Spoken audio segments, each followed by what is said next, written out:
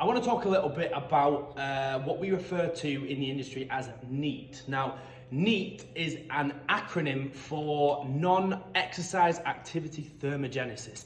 And this basically describes, without the scientific kind of vocab, this basically describes the amount of energy that we expend throughout the day through more kind of less focused exercise, just movement like walking the dog, doing some gardening, movement around the house. It literally involves any calories that we might expend through movement that isn't our focused exercise. That would be accounted for under a different thing, N.E.A.T, which is exercise activity thermogenesis. So we're going to stick with NEAT today because NEAT is one of the best fat loss tools you can implement and you can use to help speed up your results with dropping weight. Why? Because ultimately, if we can get active over long periods and increase our overall hourly burn for the whole day, where we're out of bed for, let's say, 16 to 18 hours a day, we can increase the hourly burn for prolonged periods, then you're going to get a hell of a lot more benefit than just getting maybe an extreme burn over 1 hour that you do in the gym. So of course the training is going to play a big part in energy expenditure, but NEAT and your like prolonged periods of low intensity expenditure is actually going to give you a better result.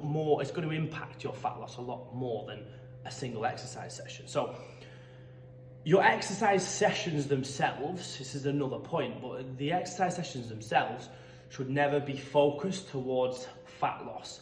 They should always be focused towards like performance, muscle building. They shouldn't be geared towards fat loss. Exercise should never be focused around fat loss because ultimately, it sounds strange, it's not really that great for fat loss, because if you're not got your food on point, if you're not moving a lot through the day, then it's going to be challenging. You're never going to be able to elicit fat loss if all your focus is on 1 hour of training per day. It's just not going to happen. So we want to talk about NEAT and the importance of NEAT. So the way I look at it, so anything beyond non-moving is going to burn more calories than non-moving, if you get what I mean. So if I'm laid down now in bed, I'm going to require a certain amount of calories just to keep all my organs functioning and just to keep alive. I'm going to require a certain amount of calories. And this is called your basal metabolic rate, if you look this up online.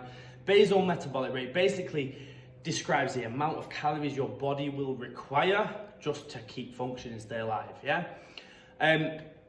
Then, obviously, anything beyond that non-moving state, the state of being asleep or sitting down, anything beyond that is going to require more calories, because we require calories to do any movement. We require calories to do this with no weight. Obviously, if I add 5 kilos onto that movement, it requires more calories, more energy. If I add 20 kilos, it's more. So you've got to think about that through the space of a day.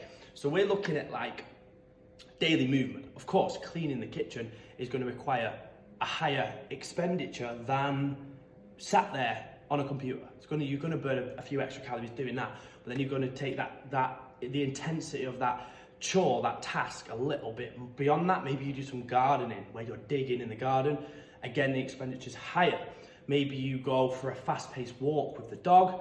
The expenditure then goes higher again. So what we want to kind of do in a fat loss phase is push these NEAT levels up as high as we possibly can.